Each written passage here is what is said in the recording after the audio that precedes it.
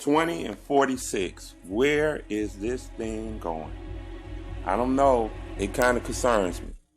You got a lottery coming up, and you got five of the top guys, not even All-Americans. Not even All-Americans. It's not like that's everything, but it's something. And none of them have that credential. So, with that being said, this is Caller Bernard on Sports. And let's talk about the draft a little bit. Let's get going. The draft is coming, and I don't know where this puts the Pistons at. I don't really know, because I don't know what they have. I mean, I thought that team last year was going to do good. I had them picked, 6th, 5th, and it fell apart. Yeah, I know Blake, didn't play at the beginning. I know Reggie had a bad back, all of that, but it just didn't look good. It didn't look good at all. And what really, really concerned me more than anything else is the teams that swept us before the season was decided. Chicago swept us. Washington swept us. Charlotte swept us. And there was no fight put up. I mean, they just did whatever they wanted to do out there. One game, Washington, I think it was basically a layup line. It was nobody there to stop anybody. They just doing whatever they want to do. And as a team, we're giving up, 52% from the 2-point around the basket, and we're giving up 33% from the 3. So we leaking, we bleeding on both ends. We're not stopping anybody. We're not stopping them near the basket. We're not stopping them on the 3. And that's a problem. It's a big problem. I think we score enough. I mean, we're in league average, but we can't stop anybody. I think we're 18th in total defense. I mean, we're at the bottom of the league. We're in the bottom third. But all the teams around us have a similar record to us. And that's no good. I mean, that's not a winning culture and a winning program. We used to be known for defense. If nothing else, we're going to stop you. But it seemed like they're trying to find an identity that we already have. I mean, the bad boys and the going to work Pistons, to me, had the same model. It's like, you have to come in here and take this from us. We ain't giving you nothing. You have to come and get it. And it seemed like we done lost our way. Maybe it's the players they decide to get. Maybe it's Morris that doesn't defend nobody. Blake doesn't defend anybody. Christian Wood, sometimes he do, sometimes he don't. Sometimes, he just takes the ball out of the net and throws it inbounds and jogs down court. He don't care. Thon Maker's a terrible defender. Rose is a terrible defender. This is the core of our team. Those guys. Who do we have that can really stop it? I mean, Thon Maker's in foul trouble mostly all the time. All the time he's in foul trouble. Blake don't get in foul trouble because he don't even try to guard anybody. He don't try to defend anybody. If he's not scoring 25 points out there, he's killing you. He's killing you offensively, he's killing you defensively. Because he's going to get that ball, he's going to hold it, Blake ball, in full bloom. He's going to hold that ball, eat up the whole shot clock where everybody's standing around and watch him. I mean, he just kills the momentum of the team. And he would have to score all the points to play like that. He would have to go out there and do 25, 30 every night to win, holding that ball the way he holds that ball. And I don't know if there's anybody coming in the league right now that can give us help. Because I don't know that any one of the lottery picks are good defenders. And this is the people they pushing. It's good defenders in the coming in the lottery, in the draft, but they're not pushing those guys. So the general managers can't pick anybody that they're not pushing. They'll look like fools if they flop.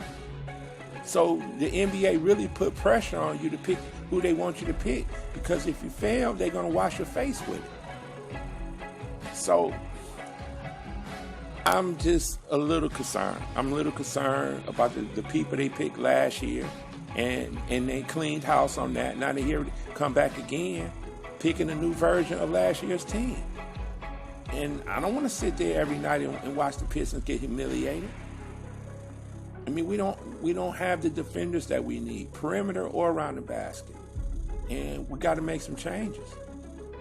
I mean, I don't know if they got their eye on that. I'm sure they do. I'm sure if I found them statistics, I know they have.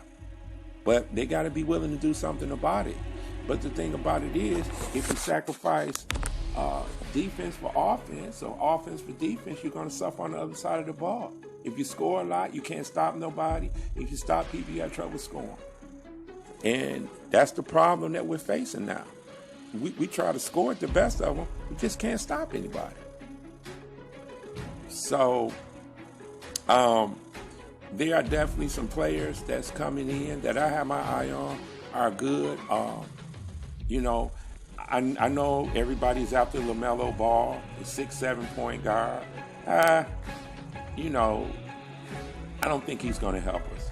He don't play any defense. Anthony Edwards, he's an erratic shooter. You know, he needs a lot. He's a volume shooter. He needs about 19 shots a game to get whatever he's going to get that night.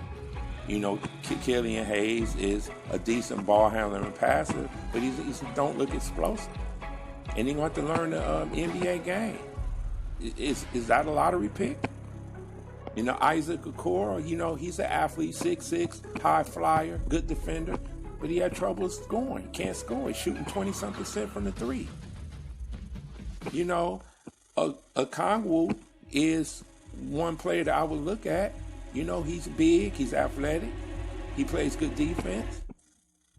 I mean, what more you want? James Wiseman, he's an excellent defender, excellent rebounder, but he has trouble scoring. He can't shoot. He's shooting like 22% from the three.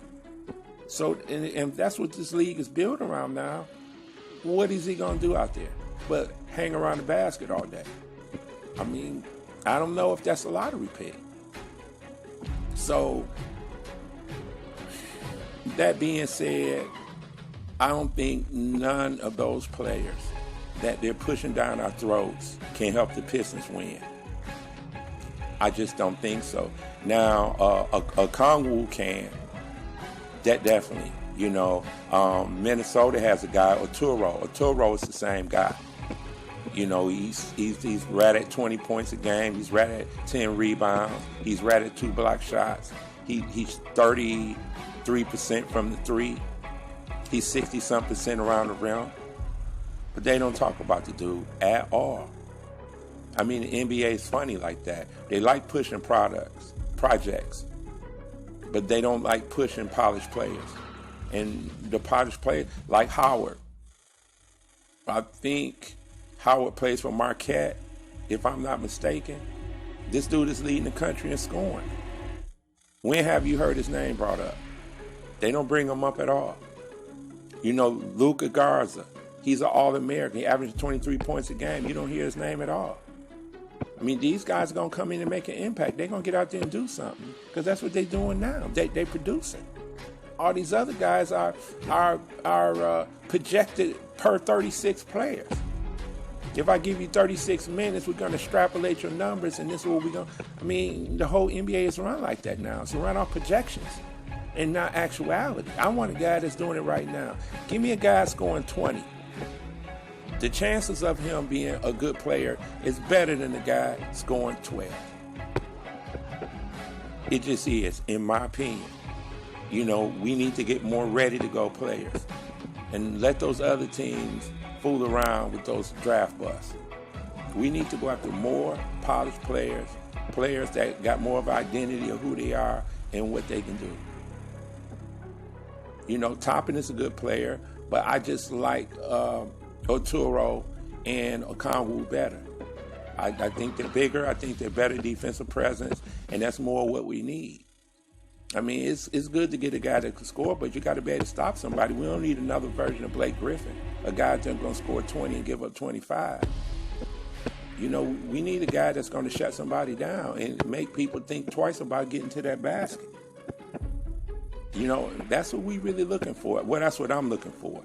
I hope they're looking for the same thing, because, what I hear, they're in flux. They can't make a decision on which direction to go or how to brand the team. And, it's causing a little problem for what I can see, because the team is kind of directionless. I mean, you got Christian Wood, he's 25, but you got Sekou, that's 20. It's a 5-year gap there, and one is ready before the other. So are they going to resign the guy, seeing that he a little farther along than Sekou is, and that's their future? Are they going to resign him or let him go and go young? I don't know. It's hard to tell. It's hard to tell what these guys are thinking about doing to our team. To our team, because if they get fired, go somewhere else, guess what? We stuck with the product, like Stan Van stuck us with the product. And I don't want to be stuck with the product. So, that being said, and like that, I'm pulling the curtains down on another episode. So, I got some links in my description box, that you can look at other videos that I have done. And hopefully you'll subscribe and follow me, and check my YouTube channel out. You can also get me on Facebook. But with that being said, this is Carla Bernard on Carla Bernard on Sports, and I am out.